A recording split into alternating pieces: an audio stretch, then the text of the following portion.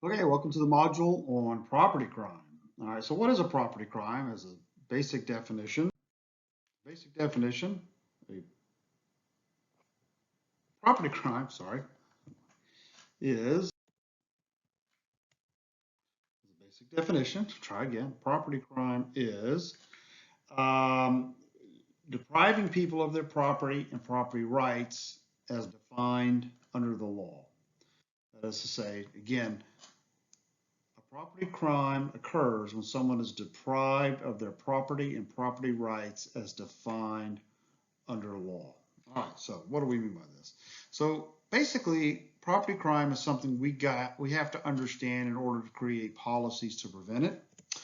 We need to know when it occurs, where it occurs, who commits the crimes, what skills are needed, how money is made, what's the connection between property crime and violent crime, etc.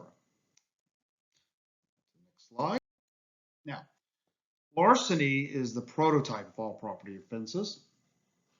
It is by far, larceny is the most prevalent crime in our society. It goes all the way back to Roman law. What is larceny? As a definition, write this down. Larceny is a trespassory taking and carrying away of personal property belonging to another with the intent to deprive the owner of the property permanently. I'm going to repeat.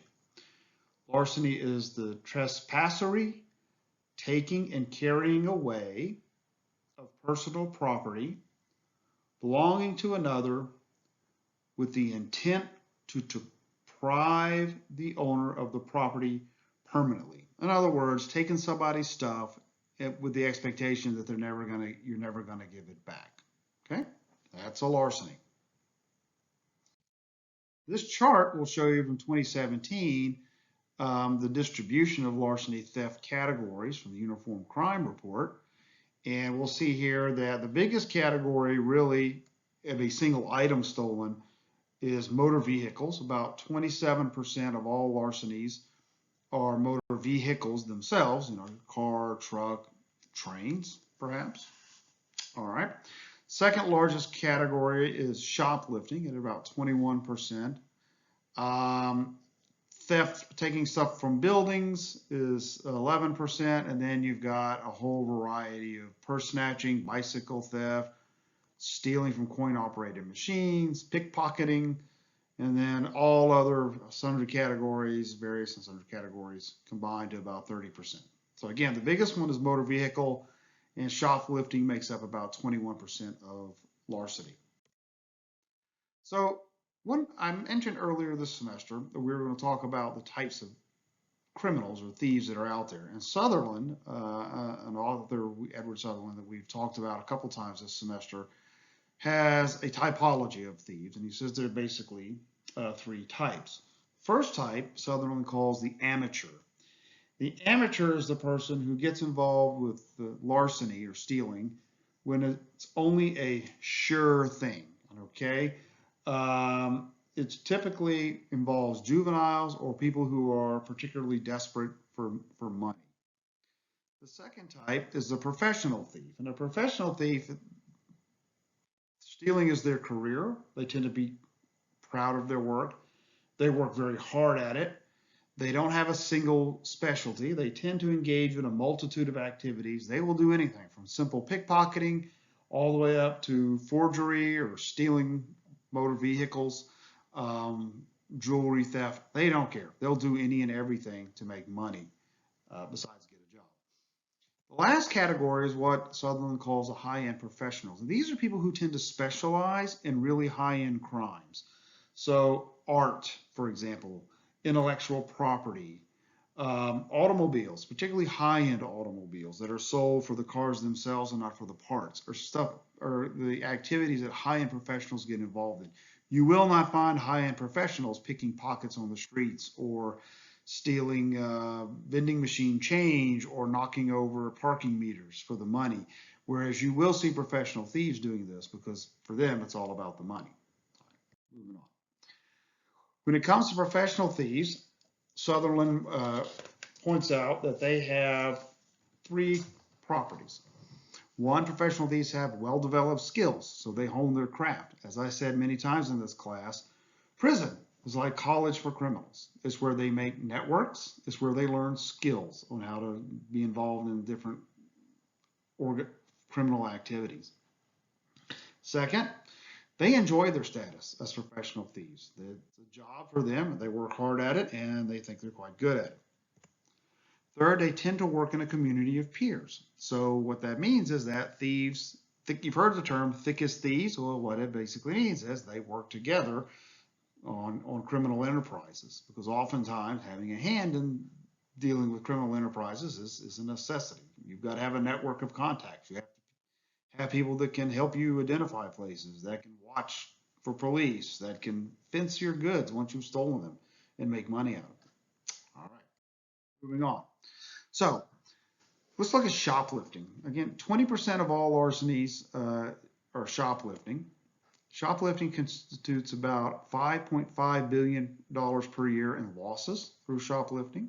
That's a lot. 5.5 billion is lost each year in shoplifting.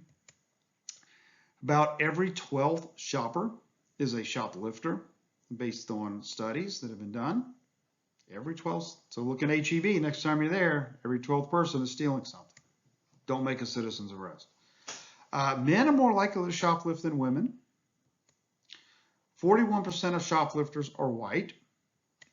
About half of all shoplifters are ever prosecuted for their crimes. So, continuing on with shoplifters, about 10% of shoplifters are professional thieves, and these folks rarely get caught. They're really good at it. Most shoplifting occurs between noon and 6 p.m. Amateurs typically steal for need or greed. So they fence, for example, one thing is they steal goods, fence it for a drug habit. They might steal clothes and sell them at a consignment store. Take the tags off and sell them at a consignment store, and then take the money and, use it to buy drugs. Major category of theft we don't think about in the United States, but is art theft. 10,000 valuable artworks are currently missing. So in order for it to be considered a valuable artwork, it has to have a value of at least $2,000. Art crime, art theft, is such a major issue that the FBI has a special division for it called the FBI National Stolen Art File. Who is involved in art theft? Well, as you can imagine, it's a deviant subculture of high-end professional thieves, and the payoff is tremendous. The last major art theft in the United States, I believe, was in Boston. And I think it was in the millions of dollars that the guys got away with. I will find that and send it to you in an email, because I just think this is interesting. Art theft is very international in nature. It's largely organized. The pursuit of art theft is largely organized by Interpol, which is an international police agency, which is stationed in Lyon, France. This is a picture of dogs playing poker. This is not a valuable piece of art, and it's also a piece of art that is not likely to be stolen. And if it was stolen, it would not be considered valuable enough to be in the FBI file. You're welcome. All right, let's talk about insurance fraud. Insurance fraud in the United States is a major problem. It's big business. One of the most common forms of insurance hide is called the 30-day hide. And so what this basically is when they want to rip off an insurance company, they will take their car and hide it. And once it's been gone for 30 days, the insurance company pays off. And then after the insurance company pays off, you wait another 30 days. And then, but we found my car. All right. Oh, great. But the car's already been paid off and totaled. And, it's just a scam. About $60 billion is paid in auto insurance claims annually. And about 10% of those are fraudulent. So why is this important to you? Well, when you pay your insurance bill, you wonder why it's so high. It's because insurance companies are dealing with, major losses through fraudulent claims, about $6 billion a year worth. Car scams. This is one of the major sources of insurance fraud. And so we're going to quickly kind of go through some of the top four here. The first is called a staged claim. And what a staged claim is, basically parts are stolen from a car, the claim is paid, and the parts are then replaced onto the car after the claim's been paid. So maybe somebody opens your car hood and steals a bunch of stuff out of it. You file a claim with a insurance company, and then, after the claim has been paid, you take the parts you pull out of your hood and put them back in, and you got money. You never spend the money because the parts weren't actually stolen. You were just hiding them. The second time was what's called owner dumping, and this is when a owner will report a car stolen. What actually they've done is they've stripped the parts out of it and sold them. And so they didn't steal the car. They just took the parts out and stole them, but they reported the car stolen because it was insured. And then they get the payoff from the insurance company. And they use that money probably to buy a new car. Car abandoning, third form of car scams, and it's really hard to prove. It's when cars are left in places that are known for easy places to have a car stolen. So they may just decide, okay, I'm going to abandon my car in a bad neighborhood. Oh my gosh, left keys in it, or not, and somebody steals a car because they come along and say, hey, free car, why not?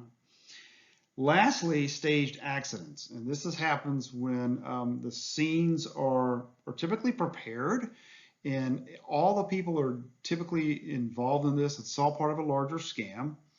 All parties are part of the accident, and so what happens is, so there's a good classic story where there was a doctor and a lawyer who were involved in a scam out in Los Angeles. What happened was the lawyer would go out and recruit day laborers, put them in a car, and get them into an accident. They would stop short somewhere and have somebody rear-end them.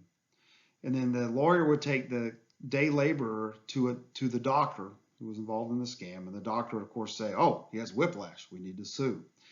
And he would send that guy, oh, you have whiplash, you need to sue, to the lawyer who was involved in the scam. And then the lawyer would say, oh, this poor guy's got whiplash, let's sue the guy who hit him. And so then the lawyer would then sue the insurance company of the driver of the car and collect on the whiplash claim. And he and the doctor were splitting the profits. It was such a major scandal in Los Angeles that they actually made a Law and Order episode out of it, which was, they over dramatize things because it's Law and Order, but they made a Law and Order episode out of the staged accident claim. So it's a major industry, and it costs us, again, about $6 billion a year in false claims, which you have to pay for through higher insurance premium policies. Motor vehicle theft. Again, it was the largest category. About 700,000 motor vehicles are stolen in 2018. The stolen vehicles' total value were worth $4.5 billion.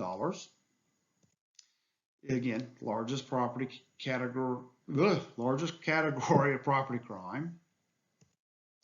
Good news is that motor vehicle thefts have been coming down. Well, let's think about why they're coming down. Well, it's because of target hardening. It's because cars are becoming more difficult to steal.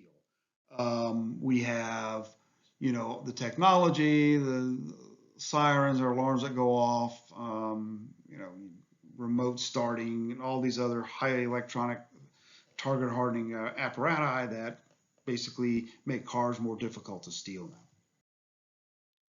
Car theft, some basic information. So when are cars more likely to be stolen? During July and August. Guess what? That's when school's out. So who do you think's stealing these cars? Old people? You think I just wake up on July morning and go, well, hey, hon, I think I'm going to go steal a car today. No. Who's stealing it? It's juveniles. Kids out of school. 26% of car thieves are under the age of 18. Good news is this is down by 39% from 20 years ago. But still, 26% of cars are stolen by juveniles. Why do they steal cars? Well, mainly they steal cars, not to sell them, but for joyriding. 8 of the top 10 cities in which cars are stolen are in California. And if you look on page 265 of your textbook, you will see a chart that lists all the top 10 cities where cars are stolen. I highly advise you not to park your car in any of these places. All right, more news on car thefts. So why do amateurs steal cars? Mainly for joyriding or and sometimes for gang initiations. Told you a little bit about the practice of kids stealing cars and racing them down Austin Avenue, where I live. We have these roundabouts on our street here, which are very annoying. And kids come rushing down the street, and on the roundabouts there are planters, big concrete planters where there are flowers and stuff. And at night, kids just fly down the street, and then part of their joyriding is to see how fast they can get going and hit one of those planters to see what will happen. You know, it's exciting. The planter will explode. Yeah, uh, it's a good way to get yourself killed, actually. Professionals steal cars for money. They steal cars on consignment. Go get me a Mercedes, blah, blah, blah. Okay. They steal cars for parts and to have them chopped up and sent overseas. In fact, most of the money that comes for stealing cars is not from the United States. We don't steal cars here and strip the parts and resell them in our country. We ship those parts to other countries where they put them to use in their cars, where there's actually a shortage of auto parts in some places. So countries like Belize, countries like Mexico, all throughout Dominican Republic is a place where there's a terrible problem. Guatemala has a terrible car theft problem where American cars wind up, but also over in Eastern Europe, in the former Soviet Union states, like Ukraine is a place where a lot of stolen car parts wind up. It's overseas where professional thieves make their money selling parts from cars stolen in the United States. I think the top car stolen in the United States is still either a Toyota Camry or a Honda Accord, are also the most popular cars in the United States. But trucks have also in recent years become much more popular for stealing. So the value of stolen cars has actually gone up because of target hardening, because of all of the anti-theft protections we've been using. It's shrinking the market. So it's tougher to steal cars, so it's tougher to get the parts out of them. So the price you have to pay in the countries where these parts are being shipped are going up. So whereas where fewer thefts than there used to be, there's actually more money being made at it because the value of the parts have increased tremendously. All right, let's talk briefly about fraud. We're going to come back and talk about fraud here when we visit our good friend Bernie Madoff. What is fraud as a definition? It's the acquisition of property of another person through cheating or deception. Unlike robbery, property is given voluntarily. Couple of things: confidence games, check for forgery, credit card theft and fraud. Credit card fraud now accounts for $16 billion industry worldwide. If you read page 271, the Gandhi Ben Morka case, it's an excellent example of fraud in the United States. And the last thing we're going to look at here is intellectual property theft. And this is intellectual property theft by country. And so this is the percent of software purchased illegally or pirated, as we used to call it, by nation. And our friends in China, they're quite good at it. 77% of software purchased in China is purchased illegally, compared to only 19% in the United States. So I think you need to know who the major offenders are. I might ask you that on one of your quizzes. China, Russia, India are the three worst offenders, whereas the United States and Japan are countries where it's least likely to happen. Okay, well that ends this module, and I hope all are still doing well and are corona free. I will be in touch with a new module soon. Take care.